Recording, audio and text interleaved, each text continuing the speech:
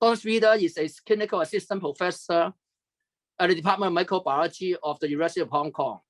He is a clinical virologist with a special interest in emerging infectious disease and the impact on vulnerable patient groups. He is actively involved in COVID-19 research and he's published several studies on COVID-19 diagnostic assay development, so epidemiological study, animal model, clinical pathological research, and surgical mass efficacy. For the presentation today, Dr. Sridhar will give us update on the latest local COVID-19 situation. He will also update us on personal protection method and adjust current testing capacity in Hong Kong, the function of rapid antigen tests, RAT, and what to do if one or his family member tests positive. Furthermore, some basic guidance for COVID-19 infection control in healthcare facility will also be addressed. May I now invite Dr. Sid to deliver his presentation. Dr. Sid, please. Good morning. Thank you for inviting me to this webinar. So let me begin. So as I said, thank you very much for inviting me to present at this webinar. We are genuinely facing a tsunami, and I think I will, well, the message that I want to get across from this short presentation is that we are facing an unprecedented health crisis in Hong Kong that affects all of us. And thank you for the kind introduction. And as was pointed out, what I'm going to do is mostly in this lecture, I'm going to focus on the scope of the problem as well as what we can do to protect ourselves and our families, and what to do in case we get infected as well. So I hope that's useful. I understand that the second talk by Dr. Liu will be more on infection control in dental practice. So I won't focus on that too much, considering that he's definitely much more of an expert on this area than I am. So without further ado, let's begin. The reason we're all sitting here is because of this variant of SARS coronavirus 2 called Omicron. So Omicron essentially burst out into the scene in November 2021. And this was the initial experience in South Africa, which at the time was experiencing a very, very bad surge in Delta, which you can see in red here. So the surge of this variant called Delta. But then what happened in November is that they saw a very rapid escalation in cases due to a completely new variant, and that is basically called Omicron. Omicron has now formally been designated as a variant of concern, and it is now rapidly spreading globally. It is replacing Delta around the world, and we can see how powerful it is in Hong Kong. And the Omicron actually has two subvariants, BA1 and BA2. There are some differences between them, which I'll also talk about. But in Hong Kong, the majority of cases are due to the Omicron subvariant BA2. So if you hear the term BA2 in press conferences from the government or other media, you know that we're talking about the Omicron variant. Get my pointer up here. Now, the really most striking thing about Omicron is that it is extremely transmissible. Now, the reason it is transmissible is because it is airborne, but actually previous variants of SARS-CoV-2 were also airborne. The problem with Omicron is that it suddenly made everybody re-susceptible to infection, even if they were vaccinated twice, or even if they had a prior infection. Their prior infection or vaccination did not protect them from catching an Omicron infection. So in societies, communities around the world, and in Hong Kong, we suddenly see a massive expansion in the susceptible population and an extremely transmissible variant that is essentially airborne. And because of those two reasons, we see these massive, very fast upsurge in cases that we really have seldom encountered with other variants, right? So this was a study from Europe, for example, looking at the secondary attack rate. First of all, the secondary attack rate means the number of people in a household testing positive after an index case appears in the household. And you can see that generally for Omicron, the secondary attack rates are very high. Even in the larger European homes, okay, the chance of a household member testing positive approaches 40% for the variant that's circulating in Hong Kong, BA2. Now, if you think about homes in Hong Kong, much smaller in size, very cramped, a lot of people living in a very small space, especially in public housing estates, I'm sure we're going to be talking about even higher secondary attack rates, right? So this shows the very high transmissibility of Omicron, and that's really been shown for both in both the European Union setting in this Danish study as well as the UK study, that essentially the secondary attack rate does appear to be significantly higher than not just the Delta variant, but also the previous version of Omicron, that's BA1. So this means that Omicron is much more transmissible. Now, the big debate is actually how severe is Omicron. I'm sure you've all seen media reports saying that Omicron is less severe than previous variants, and that actually is true. You look at the South African experience, in their current wave, the proportion that have died, okay, or the proportion that have severe disease is actually lower than in previous waves due to Beta or Delta. And this experience has been repeatedly shown for both the BA1 Omicron variant as well as the BA2 Omicron variant. They're not really that different in terms of severity. So the severity appears to be lower, but there are two reasons for this. The first reason is that in many parts of the world, including in South Africa, most of the population is either vaccinated previously or has been infected previously. So they have some degree of immune memory against COVID-19 in general. So that can actually bring down mortality rate or rates of severe disease quite a bit, because your immune system your T-cell immune response kind of knows how to deal with Omicron, even though it is so divergent to other kinds of SARS coronavirus 2, right? So that's one reason. The other reason is potentially because Omicron itself is less virulent in terms of it perhaps doesn't infect the lung tissues quite as well as previous variants. Most of the infection is restricted to the airway, etc. The problem is we don't know how much of reduced virulence or severity is due to intrinsically reduced virus virulence versus high population immunity. And that is a problem for Hong Kong, because in Hong Kong, we have this massive unvaccinated population. Before the fifth wave, most individuals in Hong Kong had not caught COVID-19 before. So unfortunately, when you have such a transmissible variant, we are going to see a lot of severe disease in our elderly population. And already we have confirmed that death rates in Hong Kong per million population is much higher than other high-income regions that have higher rates of vaccination. So unfortunately, a lot of the death that we are seeing in Hong Kong today was potentially vaccine preventable, but it's what has happened, okay? In general, we estimate that Omicron by itself, the virus by itself, is about 25% less severe than Delta, okay? So it's less severe, but because it's more transmissible, you end up with more cases. So the number of severe cases in Hong Kong due to Omicron would be the same as if we had experienced a Delta outbreak. So that is the unfortunate fact of Omicron. Less severe, but more transmissible. So you end up with more cases with the same number of severe cases.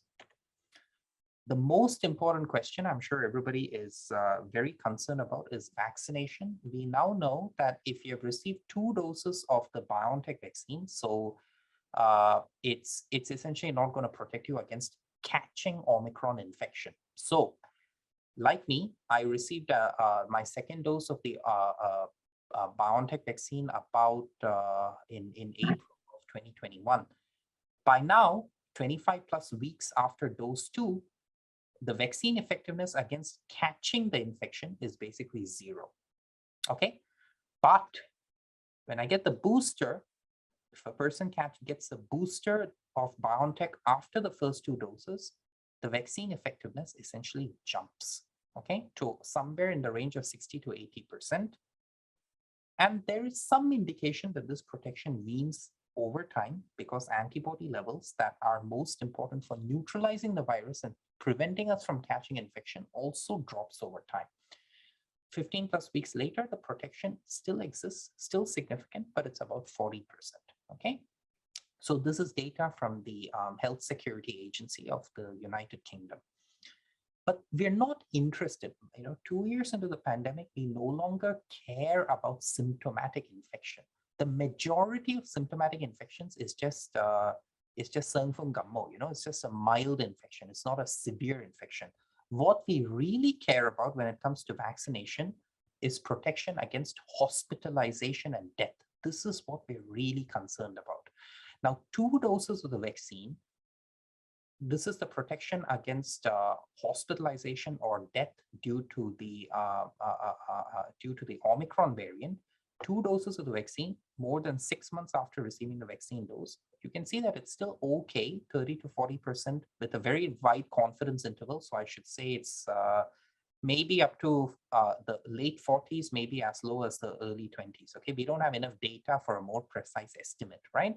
Because especially in the UK, they've really cut the link between case numbers and hospitalization and death. So they don't have a lot of these severe cases left. Once you get your 3rd dose, the protection against severe disease actually goes up fabulously. We're talking about 70% plus protection against severe disease. So what this means is, compared to an unvaccinated individual, a triple vaccinated or boosted individual has approximately 70 to 80% less risk of hospitalization and death. And that's why I say that a lot of the calamity we are seeing in Hong Kong public hospitals in terms of severe disease or death is vaccine preventable. Okay. Now, this is for hospitalization in general. This is the data for death. And you can see with 3 doses of a vaccine, essentially you are protected from death. Okay, we're talking about 95% protection reduction in mortality compared to an unvaccinated individual. So that's very, very high indeed. Even with 2 doses, it's a significant reduction in mortality after from Omicron. Right. The big question is then, what about CoronaVac? Real world vaccine effectiveness of CoronaVac against Omicron, we don't know. Actually, Hong Kong is in a great position to come up with this data, and I hope we start seeing it very soon, but we don't have the actual percentage figures like we do for BioNTech. What we do know from this, this is actually a very good local study done by the University of Hong Kong. They look at antibody levels after different vaccine regimens. So 2 doses of BioNTech against Omicron, very low antibody levels. As I said before, doesn't protect you from infection. 2 doses of CoronaVac, Foheng, also very, very low levels of antibodies. It won't protect you from infection. 3 doses of BioNTech, you see the antibody levels against Omicron shoot up. And that's why you see that protection against symptomatic infection. 3 doses of CoronaVac, okay, I'm afraid the antibody levels don't do very well. Okay, they go up not by a lot, not as much as this jump, right? So that's why 3 doses of CoronaVac is not really expected to give you much protection against catching Omicron. It may give you some protection against severe disease because that involves a T-cell immune response, and that's a different thing altogether. It may protect you against severe disease, but against catching infection, you can expect it to be much less than 30 or 40% effective. Okay. Now, here's the important part. If somebody has received 2 doses of CoronaVac and then they get a booster with BioNTech, so we are talking about mixing vaccines here, it actually goes up much higher. So compared to 2 doses to 3 doses of CoronaVac, 2 doses with the 3rd dose of BioNTech, you can see the antibody levels shoot up quite a bit. So this is why the official recommendation from the Joint Scientific Committee and the advisory panel on COVID-19 vaccination advises that you receive 2 doses of CoronaVac, make sure that the 3rd one is a BioNTech vaccine. Okay, so that provides optimal kind of humoral antibody and probably T-cell responses against Omicron. So that's what we recommend.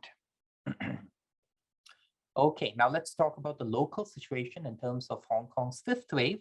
Now, I mean, when I was, what I said before is all science-based. We have known this for about 2 months or so, efforts of scientists worldwide, and it's actually pretty straightforward, right? With the Hong Kong's local fifth wave, I must say that the situation is extremely dynamic. We're fighting a war basically, and the policy, I prepared this presentation over 2 or 3 days, and in that time the policy changed multiple times, so I had to keep updating the PowerPoint file. But let me try to explain what's kind of going on in Hong Kong. Now, this is the data up to the 21st of February. So that was last week. We noticed something very funny in Hong Kong, right? The number of cases is approximately the same every day, right? So you would see that over this time, the number of cases, well, you have several days in which the number of cases is completely identical. Now, this is completely against our understanding of how COVID-19 waves actually happen, in which you typically see an exponential rise in cases. So why does this number seem so steady? The reason is because Hong Kong's testing capacity is overwhelmed, right? So we only have the capacity to confirm a certain number of cases per day. So that means that cases are locked at a certain level each day, even though there is an exponential rise of cases in the community. So what's happening in Hong Kong is every day we're only measuring the tip of the iceberg. There is a massive amount of the iceberg that is completely underwater, hidden from sight. Why is that the case? Testing capacity is exhausted. There's a massive testing backlog. We've all heard stories about cases that require 6 to 7 days for getting their PCR result back. By then, those results are useless, right? There is a massive backlog in contact tracing. It's been given up in several settings, such as restaurants. Lots and lots of asymptomatic infections. Some estimates suggest 20 to 30% of cases are asymptomatic. Those people are not going to test. Until recently, okay, this changed over the weekend, but rapid antigen tests were previously not recognized. So a lot of people who are being RAT positive are not officially documented as having COVID-19 testing. Let's be honest, testing positive in Hong Kong is not easy. It comes with a prolonged duration of isolation and quarantine of close contacts. And we probably, to be very honest, all of us here would know of people who have symptoms but who haven't gotten tested yet. And that means we're not measuring the amount of COVID in Hong Kong. Unfortunately, this is changing, but before the fifth wave, we don't have an alternative way of measuring how much COVID there is in the community. In the UK, they have something called an ONS survey that's independent of official testing figures to actually gauge how much COVID there is in Hong Kong. The Hong Kong UMed has started a project which is in the style of ONS survey, so we can actually see how bad the fifth wave actually got in Hong Kong, but the data will take some time to collect. So in Hong Kong, I won't say most likely, we definitely have much, much more than 10,000, probably actually a few 30 to 40,000 or above cases per day. There's no doubt about it. And the cases are doubling every 3 days. So we're still in the peak when it's still going up. So that's where we are. And actually, we confirmed that over the weekend, the government said RATs are fine, and suddenly a huge number of cases got dumped into the system.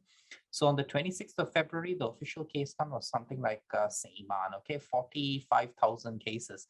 And after that, it dropped again to 10,000 something, but the real number is probably somewhere like 40 to 50,000 cases. And it's already like this, okay? So, I mean, we've seen some very, very disturbing pictures from A&E departments in Hong Kong, and as well as, I'm sure, the very disturbing images that were distributed yesterday and day before on the public mortuary situation. It's looking very bad. And remember, we have still not seen the peak yet, so it's still going to get worse, unfortunately. How bad is it going to get? So one thing that we can rely on is a modeling study. So this was done by Hong Kong UMed on February 10th, and it was then revised on February 17th. So a modeling study is when you try to predict what the future is going to look like depending on the present and what you know about the virus behavior. Limitations of modeling studies would be that they do tend to make several assumptions that may not hold up over time. But whatever it is, they're a reliable gauge on what the situation may look like in Hong Kong in the future. So based on this study, they published a number of graphs. So you look at the daily number of infections, the daily number of symptomatic cases, daily number of hospitalizations, and daily number of deaths. One thing I would comment on this is that the peak is probably going to be earlier than indicated in the graphs here. So it looks like we're going to peak in early March rather than mid-March. We are going to see hundreds of thousands of cases per day at the peak. So there's no doubt about it. And that is going to have a knock-on effect on hospitalizations as well as deaths. So they estimate that the peak number of deaths per day in the Hong Kong U study should hit about 136 in March. I think we're going to get there in early March, and it may be, unfortunately, it may be a bit higher because our healthcare system is going to be overwhelmed by that date. So my thinking is 150 to 200 deaths at the peak, and we're getting there. Unfortunately, we already had 100 odd deaths per day as of yesterday. So it's going to get somewhat worse, okay, before it goes down. Now, the numbers are really mind-boggling. The cumulative number of infections they expect, according to this modeling study, by May in Hong Kong is up approximately 5 million, okay? So it's a very, very grim picture. So this is a situation under the current kind of pandemic measures that we see that unfortunately are not going to stop transmission substantially. So we're going to see sustained transmission. This is basically a fifth wave like we saw in Italy or Spain in 2020, Iran in 2020, if you guys remember the very uncertain days back then, India in 2021. This is what it looked like back there, okay? But now it's Hong Kong's turn. I wish we were better positioned in terms of our vaccination rate, but it is what it is. So what does March look like in Hong Kong? Devastating outbreaks in elderly homes. It's already happening. Occasional deaths in children and younger adults, already happening. Overwhelm inpatient and intensive care, the worst is yet to come. There will be a manpower crunch because many staff are on sick leave due to requirements for isolation and quarantine. I personally know at least, 5 medical staff who are on isolation/quarantine and can't come back to work. Community isolation facilities are overwhelmed, contact tracing capacities are overwhelmed, and I think something that we have to bear in mind is elective procedures are going to be postponed, and this is going to lead to a post-wave surge in workload. And this is why this is an absolutely unprecedented healthcare crisis in Hong Kong's history. One of the main reasons why things are so bad is because so many of Hong Kong's elderly are unvaccinated. So this is the data from last week. Looking at the unvaccinated segment of the population, and you can see that there is this massive 500,000 elderly population, 60 and above, who basically have decided not to go and get jabbed. Okay, this is changing because COVID-19 is now in Hong Kong. We see some queues forming at vaccination centers, etc. But really, it's regrettable that this did not happen in 2021 because that would have put us in a much better position than we are currently. In the other segments of the population, it's a little bit better, but you still see substantial portions that are unvaccinated. And luckily, I think for the younger age groups, generally, they're going to get through fine, especially because Omicron does seem inherently less virulent. But for the 80 and above, the case fatality rates published by CHP yesterday was about 4%. So it's not easy. It's very, very nasty indeed. Good. So this actually is already a little bit updated. There's been an There's been an updated analysis yesterday night that unfortunately I couldn't upload the PowerPoint in time. The first 102 deaths in the fifth wave, only 7 had received 2 vaccine doses. All others were either unvaccinated or only received 1 dose. I keep saying COVID-19 mortality is potentially, actually almost likely vaccine preventable. Please remind patients to receive their vaccines. I'd be really very grateful if you could push for that, if you could be advocates for that, and best 3 shots in the elderly. The updated analysis that I was talking about looked at many, I think it was 500 odd deaths in total during the fifth wave, and about 91% of them were actually unvaccinated. Okay, so it's this is actually the experience throughout the world. We've known this for the last 1.5 years with well, one year and 5 months with once the vaccination campaign started. The main role of vaccines is in preventing severe disease and mortality. So we have known this all along, and it is sad that we have to seek reconfirmation in Hong Kong. But it is what it is. Okay, now let's talk about how to protect ourselves. I'm a big fan of respirators. So there was this recent study from the US CDC that did find a trend towards lower rates of COVID-19 among people who habitually wore respirators like N95 and KN95.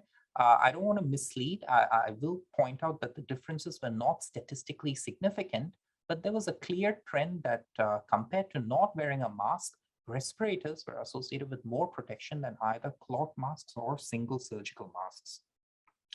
So the type of mask does matter, especially if, I mean, in dental clinics, I'm sure most of you would be wearing respirators because these are essentially aerosol generating procedures. When you're wearing respirators, please bear in mind that the seal is very important. So make sure there's no air leak around your mask as much as possible.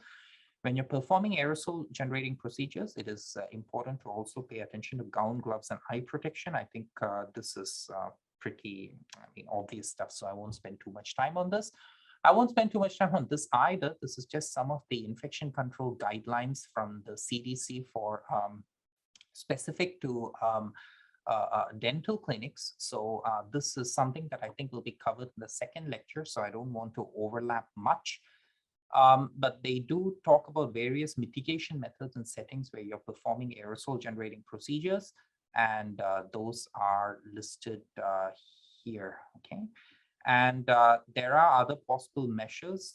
I paying due attention to ventilation in clinics, air purifiers with HEPA filters, and very important because there are so high community rates, health surveillance for staff, daily rapid antigen tests for staff, or even rapid antigen tests for patients prior to procedures may all help to reduce risk during this difficult time.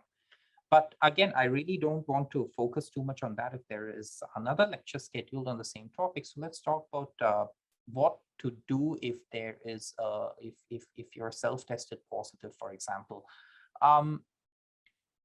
This is changing like twice a week, so it's very difficult to stay up to date.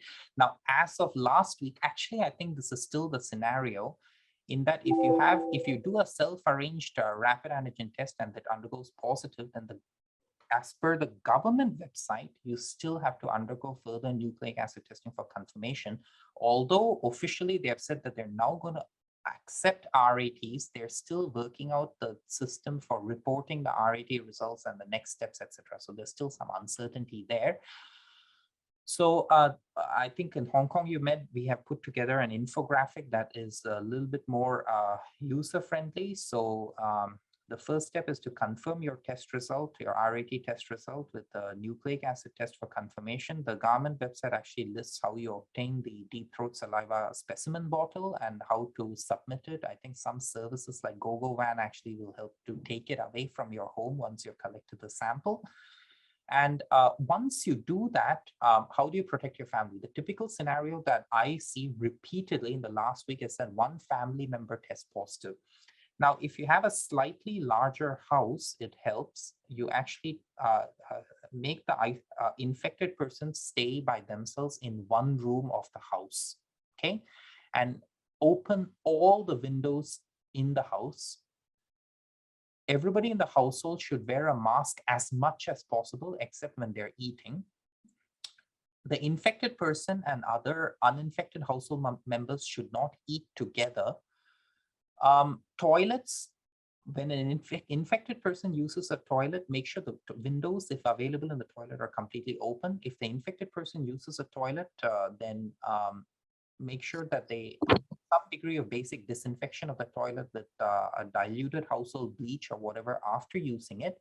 Wait for about 20 minutes or so for the air change to happen in the toilet before an uninfected member uses it, okay? And I think it's really, really important that windows are open. Ventilation is just so important. And it's also good, I think, once we get RATs more readily from the government, or I'm sure many of you have self-purchased RATs at home, that household members who are not infected keep doing it on a regular basis. Okay, and in terms of seeking medical attention, remember I've told you what I've said, that Omicron in most cases are going to be mild. So it's most important to remain calm. Do not go to the A&E unless the health situation is really, really bad. Okay, so if you have a pulse oximeter at home, especially if you have, I don't recommend this for younger people, but for older people, monitoring their SpO2 is actually probably a good idea. So that's important. And of course, seek medical attention if there are signs of severe symptoms. This is a brief list, but I'll go over it in more detail later. So in slightly more detail here, if you have a positive nucleic acid test result, then in terms of the logistics, right? Now, this is a bit difficult because what's happening in practice is the home isolation that I've been talking about in the previous slide. But the official stance is still that people who are infected should go to a community isolation facility. Problem is the community isolation facilities are completely full. So once you actually report that you're infected via this QR code or website, okay, it enables you to enter your information. The reality is that you're put in a waiting list for community isolation facilities, and you just wait at home. For most people, by the time they finish their isolation period, the community isolation facility still is not available. So you're going to isolate at home for most people. Okay, and essentially, what happens is it depends on whether you have symptoms or not, depends on your risk status, etc. But generally speaking, if you're experiencing more severe symptoms, there is a hotline that you can call. And there are two things that can happen. Either you are referred to an A&E facility, or you're actually referred to a designated clinic that sees COVID-19 patients with milder symptoms, right? But so there are avenues via this hotline for seeking medical attention while you are at home. Now, they have identified certain risk groups that would require closer attention. So if you're an older person, pregnant women, younger children, immunocompromised patients, their position in the waiting list would be automatically updated. So they would be in a better position to either get isolated in a hospital or a community isolation facility. So again, this is from the Hong Kong UMed side, basically complementing this guidance from the CHP side. So with no or mild, so if you have higher risk, early conveyance to hospital, yeah, if possible, if they have the space. But if you have no or mild symptoms, transfer to community isolation facilities as far as feasible. It's basically usually not feasible. You have to continue isolating at home. And as I said, there are designated clinics and other services available in this hotline. So if there's something beyond a simple upper respiratory tract infection happening during isolation, there is a number that you can call. Now, all of this is changing. RATs would now be accepted as formal proof of diagnosis. We're still pending some actual details on the implementation side. I think what I've heard is the website is close to up and running already for reporting your RAT results. And so hopefully you won't need to do a PCR after your initial RAT is positive, okay? So that's going to reduce your strain on these community testing facilities and also improve the rate at which we pick up cases in Hong Kong considerably. This is the latest developments, I think, within the last 2 days, in that the duration of isolation has been shortened. Now, previously, it used to be 14 days. If you look at this guidance, 14 days, okay? So they used to require isolation for 14 days. Now it's much more reasonable. You save your sample on day 0, starting from day 1, the day after you save your sample, you perform RAT testing on day 6 and day 7. If you perform RAT testing on day 6 and day 7, if it is negative and you're feeling well enough in yourself, the fever is completely down, then that's it, your isolation is over. Same goes for close contacts. If your family member is a COVID case and you're a close contact, then it's the same rule applies. Close contacts may conduct RATs on day 6 and day 7 of the home quarantine period. If they obtain negative test results on these 2 successive days, that's it. It's finished. You can resume your daily activities. Your isolation/quarantine is over. Unfortunately, if you're still positive on day 6 and day 7, actually quite a few people will still be positive on day 6 and day 7. I don't know what happens after that. The guidance was not entirely clear. It's possible that they have to undergo further isolation and quarantine. Okay, so it depends on what happens. So that's also going to reduce pressure on people who have tested positive. So want to encourage testing. So as I said, so most people are going to be isolating at home. They're going to be in a waiting list for a community isolation facility or hospital admission or whatever. But if there are emergency warning signs for urgent medical attention, then things change. Okay, you have to go to hospital as soon as possible, and there is a hotline for doing that, as I've shown in the previous slide. And these are some of the more sinister symptoms, which I'm sure all of us would be very qualified to recognize as something very abnormal. Right, very large temperature fluctuations, seizures, neurological symptoms. For pregnant women, decreased or no movement of the fetus and persistent inability to drink or eat, diarrhea, vomiting, all of these signs of severe COVID should be alerting or emergency warning signs for urgent medical attention. And this is from the HA guidance on the home triage for deciding which cases to refer to hospital care. So it's a difficult time. I don't want to actually talk too much. I think I've already talked quite a bit. I want to set aside as much time as possible for a Q&A so we can discuss any questions that the audience might have at this time. In summary, stay home and stay safe, stay rational and compassionate. It's the best way to get through these emergencies. And peaks always come and go. Okay, so there is the peak is eventually going to recede. In fact, it may recede quite quickly by the end of March or April. And if the government comes down very, very hard at that time, well, we might go back to Dung Tai Chengling, which is definitely what they would want to do from all indications. Okay, so if you have any questions, please let me know. Thank you very much.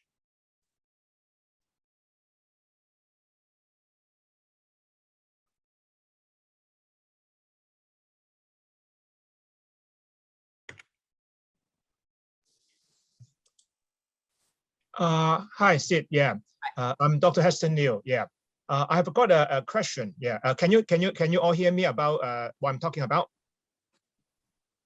Yes. Yeah. You got a Facebook post. It is about the use of RAT as a screening method. What is it? How is your opinion that for the dental clinic to use this kind of RAT for our patient screening? Yeah. Do you think that it should be a routine process for every patient, or it should be done in a kind of a risk-based process? Yeah. So this is what an RAT, as I said in the post, is good for detecting infectiousness. In that it's better for detecting people who are actually infectious to other people. Okay.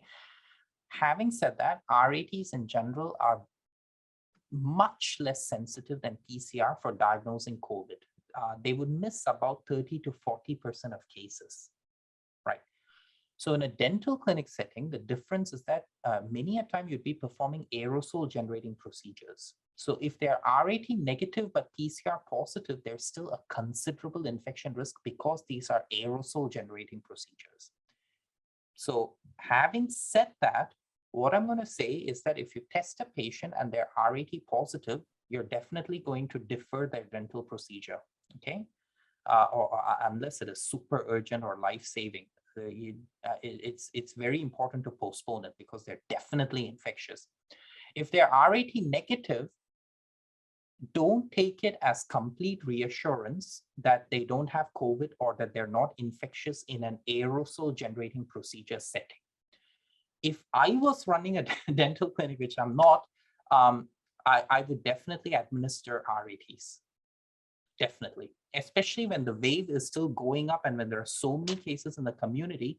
I think universal RAT testing for patients is definitely one way to try to lower the risk.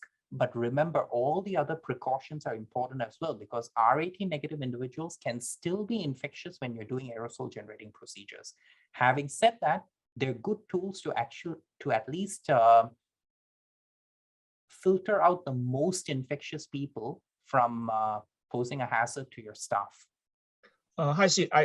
We can actually notice that just there's questions from the floor. Yeah, and as a lot of concern is that although the government has changed the guidelines now that 7 days of isolation will be okay, then in your opinion, you think that after 7 days the RAT is negative, and then will it be a safe time for the staff to come back to work, or maybe that you want a little bit longer for more safe for the clinic? Yeah. The hospital authority has been debating exactly this point, because we're running out of manpower when to get these COVID staff back to work, right? So I think our position on this is that my position on this is that if they have 2 consecutive negative RATs at 1 week post-symptom onset, their fever is completely down, their symptoms are getting better, they feel they can come back to work, then it is actually probably safe. Because when they actually go out, it's actually very safe, because when they go to work, I imagine many of you are using respirators. So they're going to be wearing respirators on top of that. So they're RAT negative twice, 24 hours apart, their symptoms are improving, and they're wearing a respirator in the workplace. It's actually, I think it's actually very, very low risk indeed, and it would disrupt your services as less as possible, right? What you can say is that if you're worried about that additional risk, don't eat in the clinic area or in the pantry, okay? So if they can get takeaway or dine elsewhere, then that would further limit the risk of infection. But actually, the risk of infection with 2 negative RATs 24 hours is pretty low. Remember that most people with now the government advice said day 6 and day 7, but we do know from the research on this topic that most people would take longer even to clear the RATs. So many people may take up to 9 or 10 days post-symptom onset to clear the RATs. After day 10, the risk of shedding infectious virus for a person with normal immune system is really very low indeed.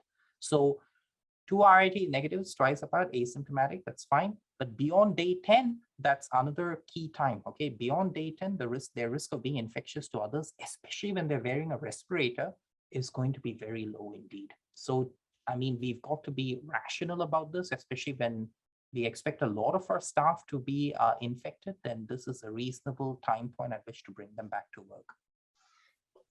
Thank you, Sid. Yeah. Another question is that because in Hong Kong's dental clinic situation, we always have quite a limited space, and then the ventilation is quite limited. Yeah, and the use of a HEPA filter has been quite common nowadays that in most dental clinic. But however, there's always rumor about that the HEPA filters got some sort of medical grade or just HEPA filters. Yeah, but when I just do the literature review, they said that if that filter is set as a HEPA, it is already good enough to have got the virus or the virus carrying droplets filtered.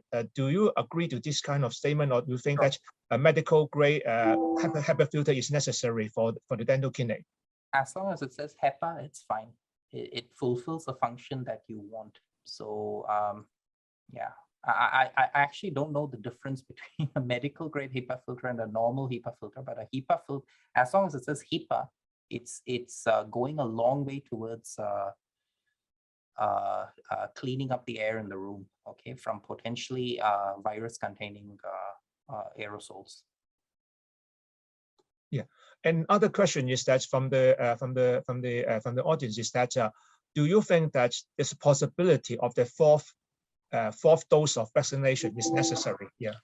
We already recommend a 4th dose as of last week to people who are immunocompromised. So this population in particular, guidance around the world has shifted towards a 4th dose. Now, for the general population, I do not think a 4th dose is the way to go for a younger population, okay? And I think there is a possibility that the older population may benefit from a fourth dose down the line. But I really think we should wait on the science for this as to how much a fourth dose actually improves things, especially for the inactivated virus vaccines, where the science on this is a little bit more fuzzy. We've got to see whether increasing the number of doses to a fourth dose actually has an incremental benefit. So we should wait for the science before introducing this for the general population. But for the immunocompromised population, it's already the case that a fourth dose is required. Yeah, fancy. Another question is that about that the elderly that who get the vaccinations but still suffering that mortality afterwards. Yeah. Just doctor would like to know, is it the vaccination really make the difference? That means the BioNTech and the Sinovac, yeah, for those steps case, yeah. Yeah, we all want that data, but it was not disclosed which vaccine the double-dosed people received. So Thank you. Double vaccinated people received. So we don't know yet. Okay, thank you. Yeah. Okay. Just would like to know, there's any more questions from the floor? Yeah. If you've got further questions, that you are welcome to submit the questions, and then we will try to get an answers that after the presentation today. Yeah. Thank you, Sid, very much for your presentation. I think that we will keep regularly looking for your advice or your sharing of your insight. And then your Facebook's post, and I will also put in our Dental Association's Facebook, so that our DA members can have a chance to see what is inside your sharing about the RAT, and then is whether how can it be useful that's in the dental practice. Yeah. Thanks a lot. Yeah. Thank you very much. Thank you. Bye-bye. Bye.